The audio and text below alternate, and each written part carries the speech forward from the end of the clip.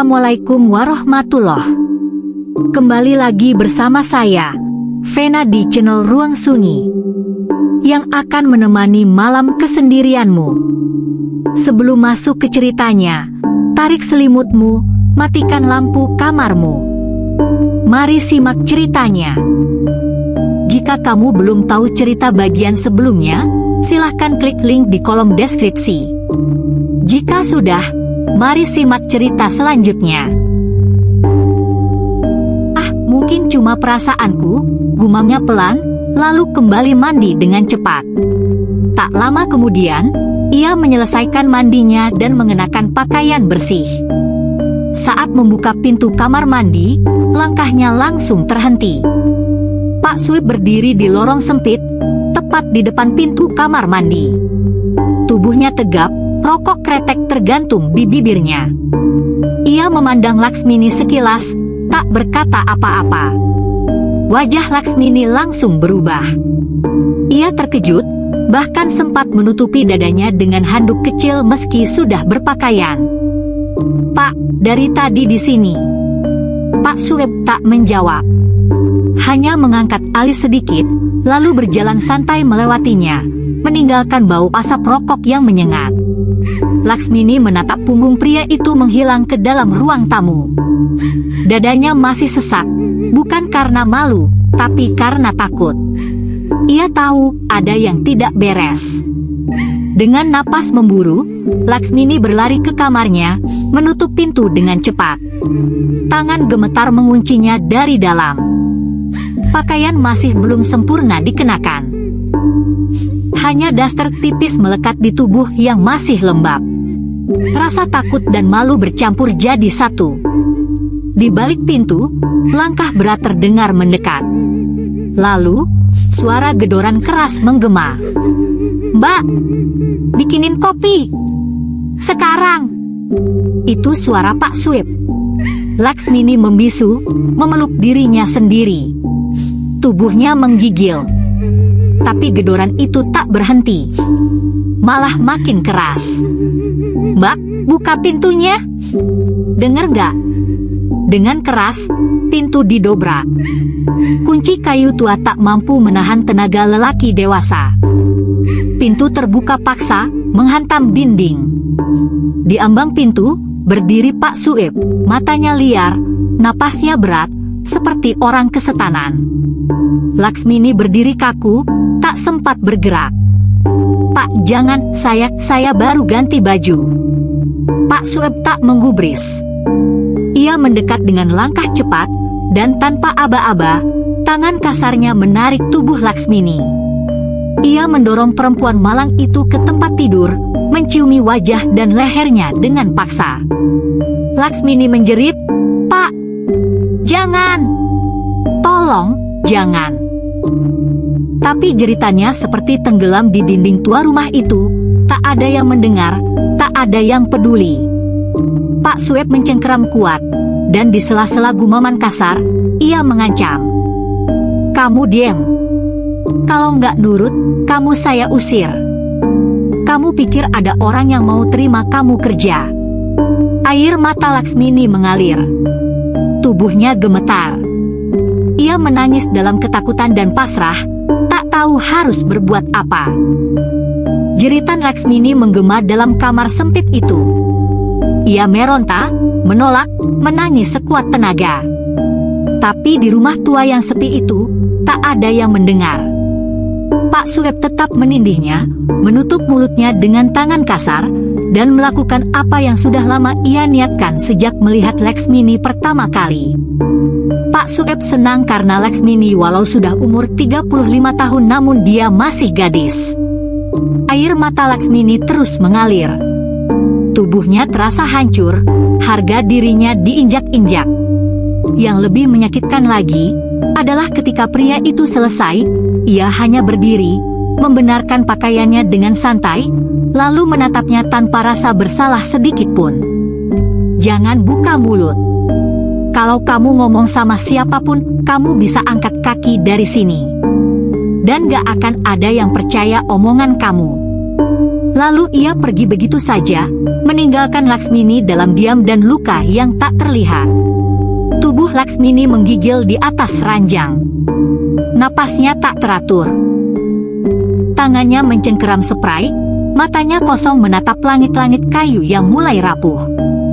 Di luar, angin sore mulai bertiup, membawa suara-suara samar yang berdesir di sela-sela jendela dan celah pintu tua. Malam itu, langit menggulung kelabu pekat. Hujan turun perlahan, dan petir sesekali menggetarkan kaca-kaca tua rumah itu. Laksmini tak keluar kamar. Ia hanya duduk membatu, tubuhnya masih belum bisa menerima kenyataan.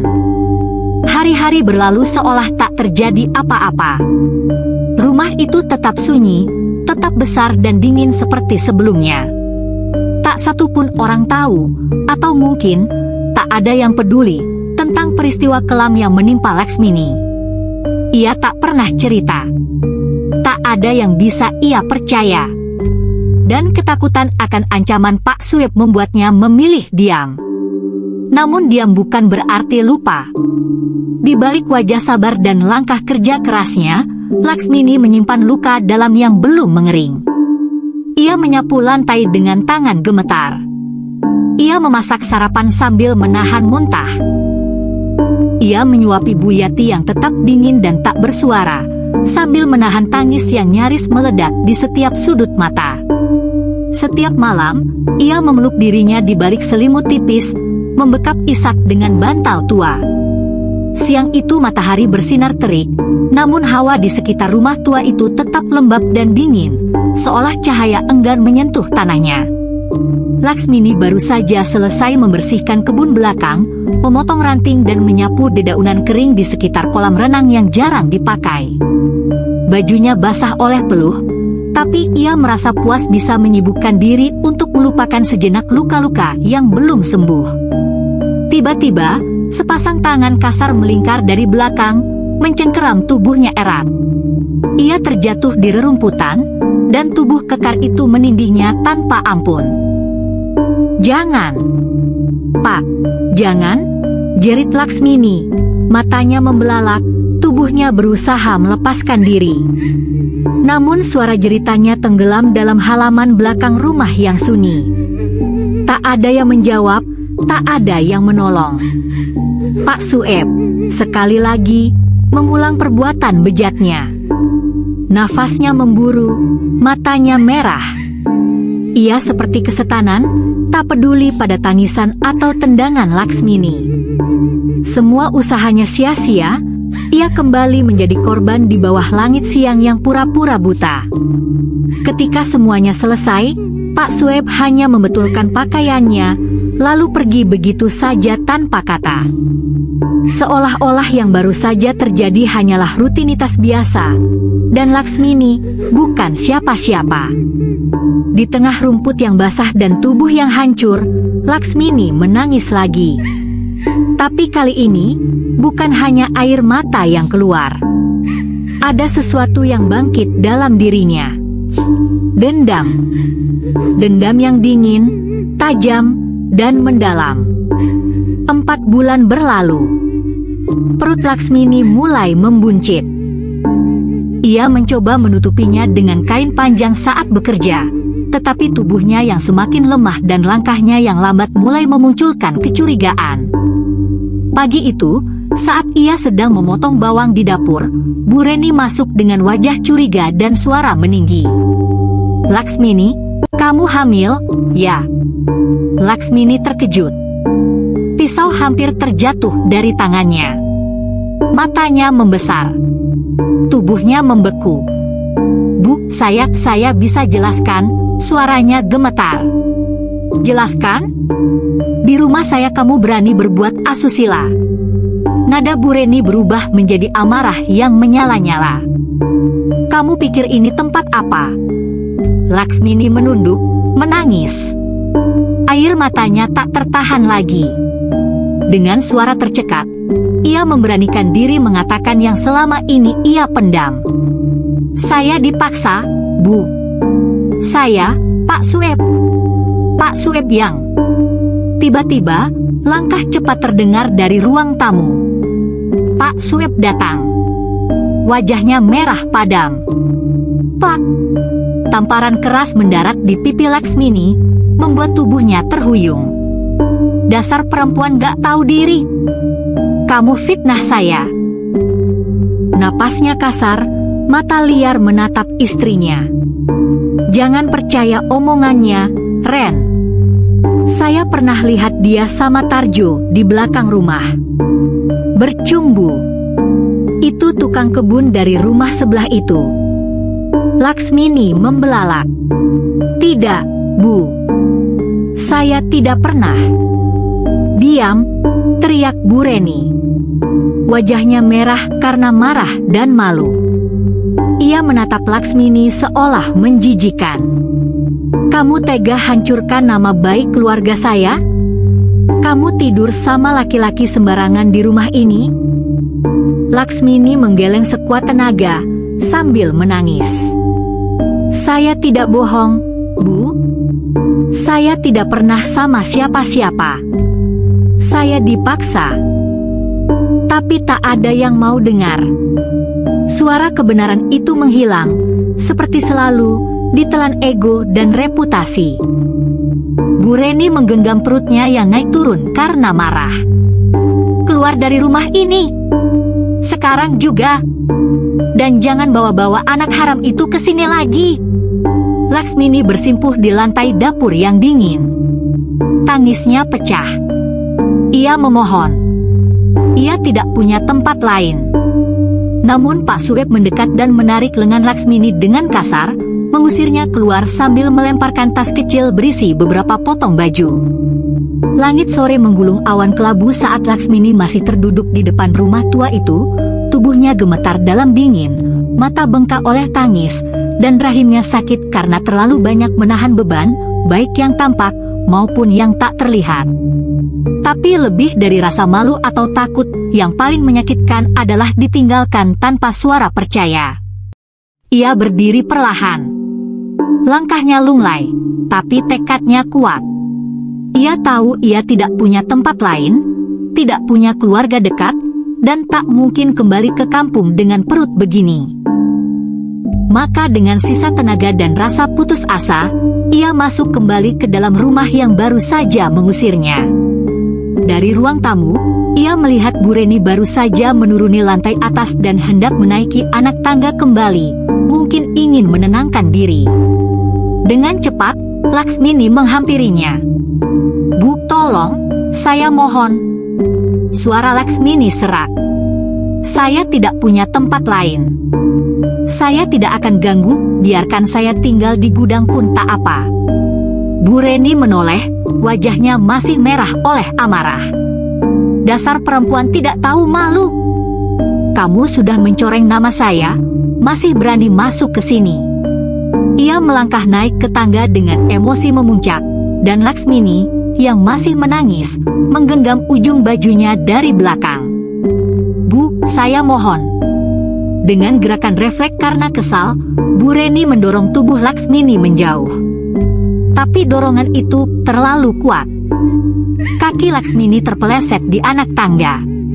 Tubuhnya terhempas ke belakang, jatuh melewati 5-6 anak tangga. Brak! Kepalanya membentur keras ujung lantai marmer di bawah tangga. Darah langsung mengucur deras dari pelipis dan bagian belakang kepala. Tubuhnya diam, tak bergerak. Pak Suip yang sedang duduk di sofa bawah langsung berdiri panik. Reni, apa yang kamu lakukan? Bu Reni terdiam di atas tangga. Napasnya tercekat. Tangannya gemetar. Ia menatap ke bawah, melihat Laksmini tergeletak dalam genangan darah, dengan mata masih terbuka setengah. Perut Laksmini yang membesar tampak naik turun sebentar lalu diam. Pak Suip berlari menghampiri tubuh itu. Ia memeriksa napas, nadi, tak ada. Sial, dia mati. Mereka saling berpandangan. Diam. Panik. Tapi kemudian, seperti iblis masuk ke dalam pikiran mereka, Pak Suip berkata pelan, "Kita harus hilangkan jasadnya. Kita akan celaka kalau ini sampai ketahuan.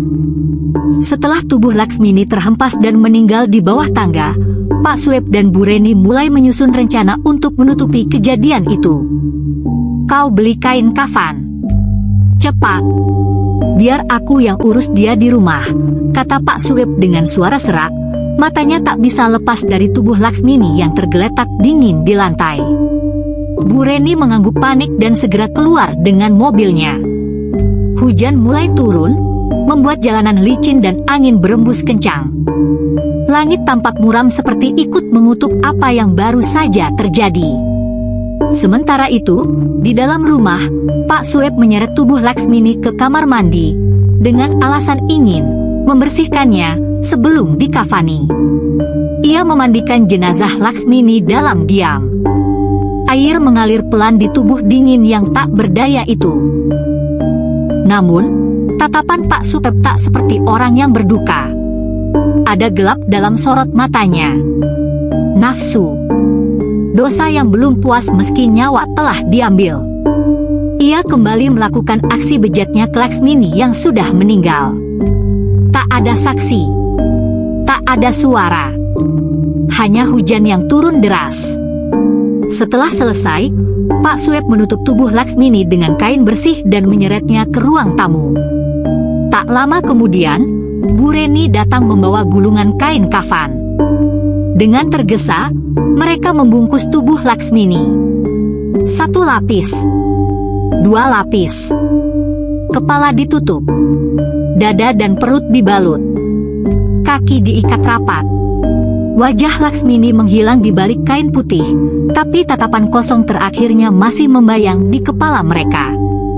Saat ikatan terakhir dikencangkan, angin mendadak berembus kencang dari jendela yang terbuka. Lilin di sudut ruangan mati seketika. Apa itu? Bisik Bu Reni sambil menoleh, merinding. Pak Sueb hanya diam. Tangannya dingin, menggenggam kain yang masih lembab oleh air sisa pemandian.